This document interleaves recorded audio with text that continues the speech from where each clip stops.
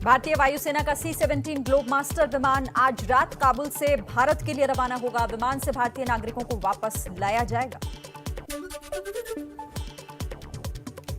तालिबान ने काबुल की पूरे चरखी जेल में बंद ISIS के आतंकी अबू उमर खुरासानी की हत्या की। खुरासानी को अफगानिस्तान के सुरक्षा बलों ने मई 2020 में गिरफ्तार किया था। ISIS का दक्षिण एशिया प्रमुख था खुरासानी। अफगानी सैनिकों के पंजशीर पहुंचने की तस्वीर सामने आई है। अफगानी सैनिक टैंकों के साथ पंजशीर पहुंच रहे हैं। अफगानिस्तान के पूर्व उपराष्ट्रपति अब्दुल रशीद दोस्तम के भी पंजशीर के साथ आने की खबरें हैं। अफगानिस्तान संकट के बीच भारत और अमेरिका के विदेश मंत्रियों के बीच एक सप्ताह में दूसरी बार फोन पर बात हुई। एस जयशंकर और एंटनी ब्लिंकन के बीच काबुल में फंसे लोगों को निकालने पर हुई चर्चा। अपने नागरिकों को सुरक्षित निकालने के लिए काबुल में अमेरिका ने और पुख्ता किए सुरक्षा के इंतजाम। काबुल एयरपोर्ट पर हथियारों से लैस F-18 विमान से निगरानी। संभल से सांसद शफीकुर रहमान के बाद उनके बेटे ने भी तालिबान को बधाई दे डाली। सोशल मीडिया पर उनके बेटे ममलूकुर रहमान बर्थ का वीडियो वायरल हो रहा है। अफगानिस्तान से तालिबानियों के आतंक की एक और तस्वीर सामने आई। अफगानी झंडे ले जा रहे लोगों को बुरी तरह पीटा गया। युवक को बंधक बनाया गया। लोगों को डराते हुए दिख रहे हैं तालिबानी। अमेरिका के वॉशिंगटन में संसद भवन के पास बम होने का दावा करने वाले शख्स ने सरेंडर किया। फ्लॉयड रे रोजबेरी पुलिस कर रही है कड़ी पूछताछ। करीब 4 घंटे तक दहशत में रहे लोग। पूरे इलाके को खाली करा लिया गया था। पाकिस्तान के पंजाब प्रांत के बहावल नगर में मुहर्रम जुलूस के दौरान हुआ बड़ा धमाका। 3 लोगों की मौत, 50 से ज्यादा लोग हुए घायल। यूएनएससी बैठक में विदेश मंत्री एस जयशंकर का बिना नाम लिए पाकिस्तान पर प्रहार। कहा, कुछ देशों का जैश और लश्कर के आतंकियों को समर्थन। ऐसे देश आतंक के खिलाफ लड़ाई कमजोर कर रहे हैं। विदेश मंत्री एस जयशंकर ने आतंकवाद को दुनिया के लिए खतरा बताया। यूएनएससी में भारत ने कहा, हमारे पड़ोस में ISIS खुरासन ज्यादा ताकतवर हो गया है, जो लगातार पांव पसारने की कोशिश कर रहा है। यूएनएससी की बैठक में रूस का बयान। कहा, हम अफगानिस्तान में सिर्फ उन राजनीतिक ताकतों का सहयोग करेंगे जिनका आतंकवाद से कोई संबंध नहीं। अफगानिस्तान पर चर्चा के लिए नाटो के विदेश मंत्रियों की आज अहम बैठक। नाटो महासचिव जेंस स्टोल्टनबर्ग ने आपातकालीन मीटिंग बुलाई। सूफी इस्लामिक बोर्ड के प्रवक्ता कौसर हसन का अजमेर शरीफ दरगाह के खादिम सरवर चिश्ती पर गंभीर आरोप। कहा, ये लोग पाकिस्तान के जरिए तालिबान की भारत में एंट्री कराना चाहते हैं। हालांकि अजमेर शरीफ दरगाह के खादिम सरवर चिश्ती ने इन आरोपों को सिरे से खारिज किया। कहा, हम तालिबान की मुखालफत करते हैं। इसे लेकर पहले भी वीडियो जारी कर चुका हूं।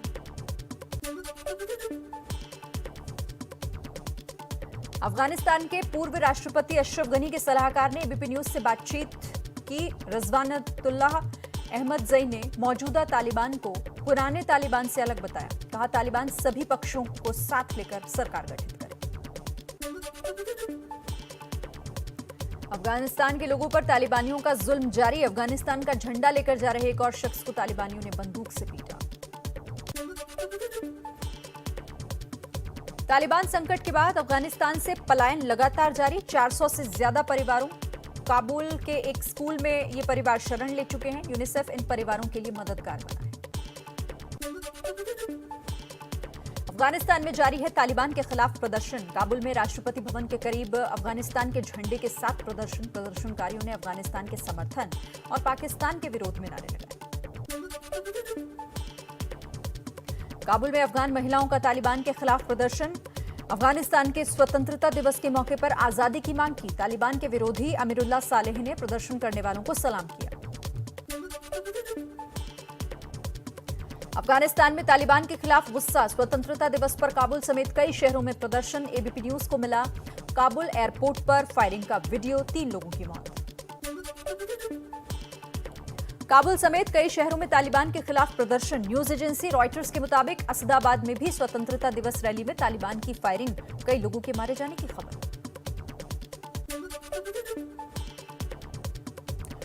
तो तालिबान क्या बदल गया है? हेरात में लड़कियां स्कूल जाती दिखी। तालिबान ने कहा, जब तक हिजाब पहनेंगी तब तक पढ़ाई कर सकती हैं। अफगानिस्तान के स्वतंत्रता दिवस पर तालिबान ने इस्लामिक अमीरात ऑफ अफगानिस्तान के निर्माण का ऐलान किया। कहा, हर मुल्क से रखेंगे संबंध। अफगानिस्तान के वरिष्ठ नेताओं के प्रतिनिधिमंडल ने चेतावनी दी। कहा, अगर तालिबान पिछली गलतियों को दोहराता है तो लंबे समय तक सरकार में नहीं रहेगा। अफगानिस्तान पर कब्जे के 4 दिन के अंदर ही तालिबान में फूट। बदख्शा तालिबान ने पश्तून तालिबान पर अपने लीडर को कैद करने का आरोप लगाया। काबुल पर तालिबान के कब्जे के बाद अफगानों का देश छोड़ने का सिलसिला भी जारी है। सैकड़ों लोगों के साथ मशहूर अभिनेता फरहाद खान ने भी छोड़ा अफगानिस्तान। कराची में एक शरणार्थी कैंप में शरण ली। न्यूज एजेंसी आरियाना का दावा, अमेरिकी विमान से गिरकर मरने वालों में अफगानिस्तान की राष्ट्रीय फुटबॉल टीम के खिलाड़ी जकी अनवारी भी शामिल। तालिबान की धमकी पर बोले अमेरिका के राष्ट्रपति जो बाइडेन, अफगानिस्तान में हमारे सैनिक तब तक डटे रहेंगे जब तक हर अमेरिकी को वहां से निकाल नहीं लिया जाता। हथियारों को लेकर अमेरिका का बड़ा फैसला। अफगानिस्तान पर तालिबान के कब्जे के बाद अफगान सरकार को हथियारों की बिक्री पर रोक लगाई। चीन और पाकिस्तान के विदेश मंत्रियों की फोन पर हुई बातचीत। अफगानिस्तान की मौजूदा हालात को लेकर चर्चा की गई। तालिबान को लेकर चीन के विदेश मंत्रालय की प्रवक्ता हुआ चुनिंग ने कहा, तालिबान अब ज्यादा साफ और तर्कसंगत। उम्मीद है कि वो अपने वादों को पूरा करेगा। अफगानिस्तान संकट का सूरत के टेक्सटाइल व्यापार पर पड़ा असर। कपड़ा निर्यातकों का 400 करोड़ का पेमेंट अटका हुआ है। सूरत से बड़े पैमाने पर पंजाबी सूट अफगानिस्तान भेजे जाते हैं। पीएम मोदी ने सोमनाथ में कई परियोजनाओं का वीडियो कॉन्फ्रेंसिंग के जरिए लोकार्पण किया। समुद्र दर्शन पथ, सोमनाथ प्रदर्शनी केंद्र और पुराने मंदिर के नए बने परिसर का भी उद्घाटन किया। पीएम मोदी ने कहा, आस्था को आतंक से कुचला नहीं जा सकता। मोदी ने कहा, आतंक का अस्तित्व कभी स्थायी नहीं रह सकता। यूपी में 15 दिनों के अंदर मंत्रिमंडल का विस्तार होगा। यूपी में 5 से 7 नए मंत्री बनाए जा सकते हैं। कल दिल्ली में गृह मंत्री अमित शाह के घर यूपी चुनाव को लेकर करीब 3.5 घंटे मंथन हुआ था। पंजाब कांग्रेस अध्यक्ष नवजोत सिद्धू ने सीएम कैप्टन अमरिंदर सिंह से मुलाकात की। सिद्धू ने कैप्टन अमरिंदर से कहा, पार्टी कार्यकर्ताओं की शिकायतें सुनने के लिए रोज एक मंत्री चंडीगढ़ के पंजाब कांग्रेस भवन में बैठे। असम में हेमंत बिस्वा शर्मा सरकार ने अपने 100 दिन पूरे किए। असम में लगातार दूसरी बार बनी है बीजेपी सरकार। 100 दिन पहले दोबारा सत्ता में लौटी थी बीजेपी। पूर्व प्रधानमंत्री राजीव गांधी की आज 77वीं जयंती। राहुल गांधी ने वीरभूमि में श्रद्धांजलि दी। पीएम मोदी ने भी ट्वीट कर श्रद्धांजलि अर्पित की। मध्य प्रदेश के जबलपुर में इंडिगो एयरलाइंस के कर्मचारी और बीजेपी कार्यकर्ता भिड़े। डुमना एयरपोर्ट के अंदर जमकर लात घूंसे चले। बताया जा रहा है कि बीजेपी कार्यकर्ता इंडिगो की अव्यवस्था से नाराज थे। बीजेपी अध्यक्ष जेपी नड्डा का आज से 2 दिनों का उत्तराखंड दौरा। चुनावी तैयारियों को लेकर 8 अहम बैठकें करेंगे। मुंबई में बीजेपी की जन आशीर्वाद यात्रा के दौरान केंद्रीय मंत्री नारायण राणे ने बाल ठाकरे को श्रद्धांजलि दी। स्मृति स्थल से उनके जाने के बाद शिव सैनिकों ने जगह का शुद्धिकरण किया। नारायण राणे की जन आशीर्वाद यात्रा को लेकर मुंबई पुलिस ने 19 एफआईआर दर्ज की। कोरोना काल में बिना इजाजत रैली निकालने का आरोप है। बीजेपी के जन आशीर्वाद यात्रा में चोरों की चांदी। भीड़ में मोबाइल, पर्स जैसी चीजों पर हाथ साफ कर रहे हैं चोर। मालेगांव से आए चोरों के गैंग को ठाणे पुलिस ने पकड़ा। राज्यों को ओबीसी की लिस्ट बनाने का अधिकार मिला। ओबीसी बिल पर राष्ट्रपति रामनाथ कोविंद की मुहर के बाद कानून लागू। दिल्ली में सोनिया गांधी के नेतृत्व में शाम 4 बजे विपक्ष के नेताओं की बैठक। कांग्रेस शासित राज्यों के मुख्यमंत्रियों के साथ शरद पवार, ममता बनर्जी और उद्धव ठाकरे भी शामिल हुए। 23 अगस्त को पीएम मोदी से मिलेगा बिहार के सभी दलों का प्रतिनिधिमंडल। सीएम नीतीश कुमार करेंगे अगुवाई। जातीय जनगणना कराए जाने की मांग करेंगे।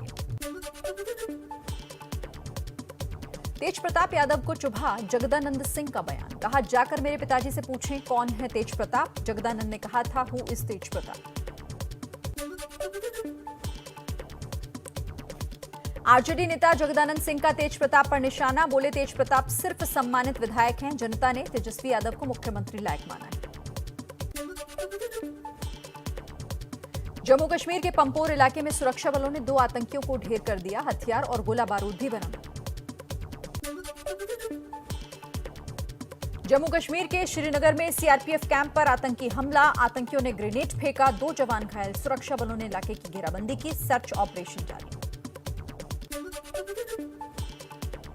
जम्मू कश्मीर के कुलगाम में अपनी पार्टी के नेता गुलाम हसन लोन की गोली मारकर हत्या कर दी गई। लोन 4 महीने पहले ही पीडीपी से इस्तीफा देकर अपनी पार्टी में शामिल हुए थे। नेशनल कॉन्फ्रेंस के नेता उमर अब्दुल्ला ने हत्या की निंदा की। पीडीपी अध्यक्ष महबूबा मुफ्ती ने कहा, दुर्भाग्य से कश्मीर में राजनीतिक हत्याओं का सिलसिला थम नहीं रहा है। विक्रू कांड में गठित जांच आयोग ने विकास दुबे एनकाउंटर में पुलिस को क्लीन चिट दी, रिकॉर्ड गायब होने के मामले में दोषियों पर कार्रवाई की सिफारिश की। दिल्ली पुलिस के जवान ने नशे में धुत गलत साइड से चलाई गाड़ी, दमकल कर्मियों से मारपीट और गाली गलौज की। घटना का वीडियो वायरल होने पर कांस्टेबल सस्पेंड। बंगाल में चुनाव बाद हिंसा की जांच सीबीआई से कराने के फैसले को सुप्रीम कोर्ट में चुनौती दे सकती है ममता सरकार। बीजेपी बोली, ये मानवता की जीत है। बीजेडी के सांसद भृतहरि मेहताब के खिलाफ भोपाल में दहेज उत्पीड़न का मुकदमा दर्ज हुआ है। एफआईआर में बेटे और पत्नी का भी नाम है। बहू साक्षी ने प्रताड़ित करने और घर से निकालने का आरोप लगाया। ओडिशा के कटक से सांसद हैं मेहताब।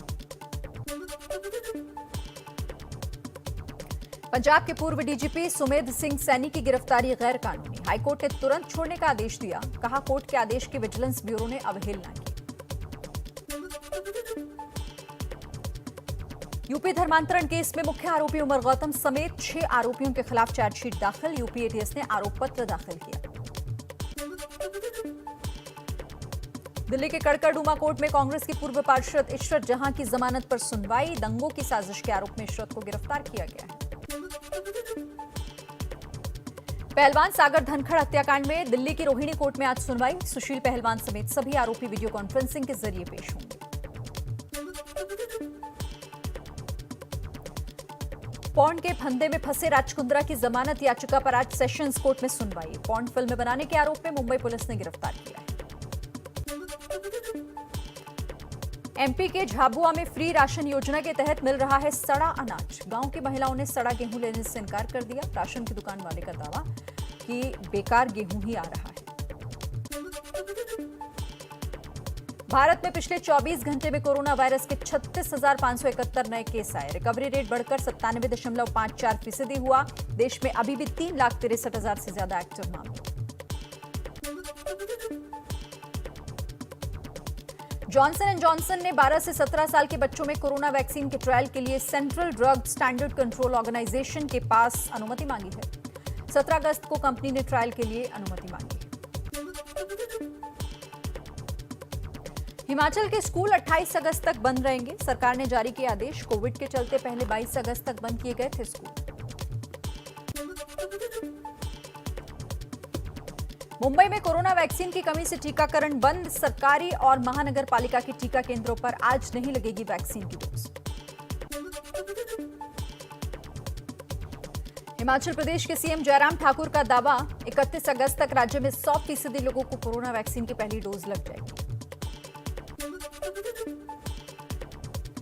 कश्मीर घाटी में युवाओं ने निकाली बाइक रैली। कुपवाड़ा से शुरू होकर लाइन ऑफ कंट्रोल तक निकाली गई बाइक रैली। सीजफायर समझौते के बाद पहली बार एलओसी पर पहुंचे युवा।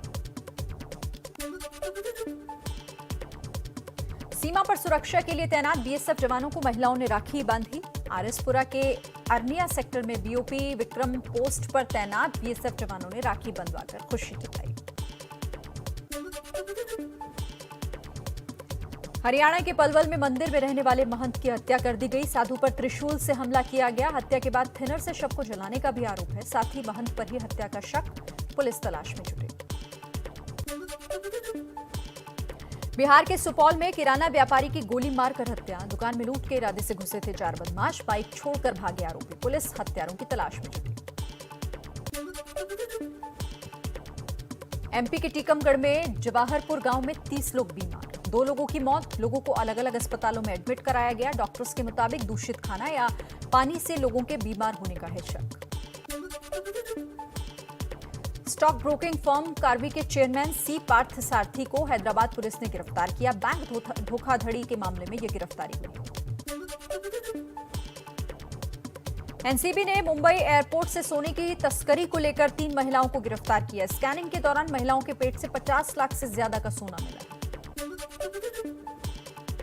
हिमाचल प्रदेश में बारिश का रेड अलर्ट जारी। शिमला में कल रात से लगातार हो रही बारिश के बाद कालका शिमला रेलवे ट्रैक पर कोटी रेलवे स्टेशन के पास मलबा गिरा। मध्य प्रदेश के सीएम शिवराज सिंह चौहान ने बाढ़ पीड़ित शिवपुरी का दौरा किया। पीड़ितों के लिए कई वादे किए, अधिकारियों को चेतावनी दी। कहा, राहत काम में गड़बड़ी करने वालों को नौकरी करने लायक नहीं छोड़ना। एमपी के राजगढ़ में पार्वती नदी के टूटे पुल से वाहन पलटकर नदी में जा गिरा। एक ही परिवार के 5 लोग बहे, रेस्क्यू कर नदी से निकाला गया। पीलीभीत में शारदा नदी का कहर जारी। फसलों की बर्बादी के बाद गांव की तरफ बढ़ रहा है बाढ़ का पानी। लोगों का प्रशासन पर समय से बचाव का काम शुरू नहीं करने का आरोप है। गोरखपुर में घाघरा और रोहिन नदी के बाद राप्ती ने धरा रौद्र रूप। 36 गांव बाढ़ से घिरे। ग्रामीणों की सुविधा के लिए 55 छोटी बड़ी नावों को तैनात किया गया।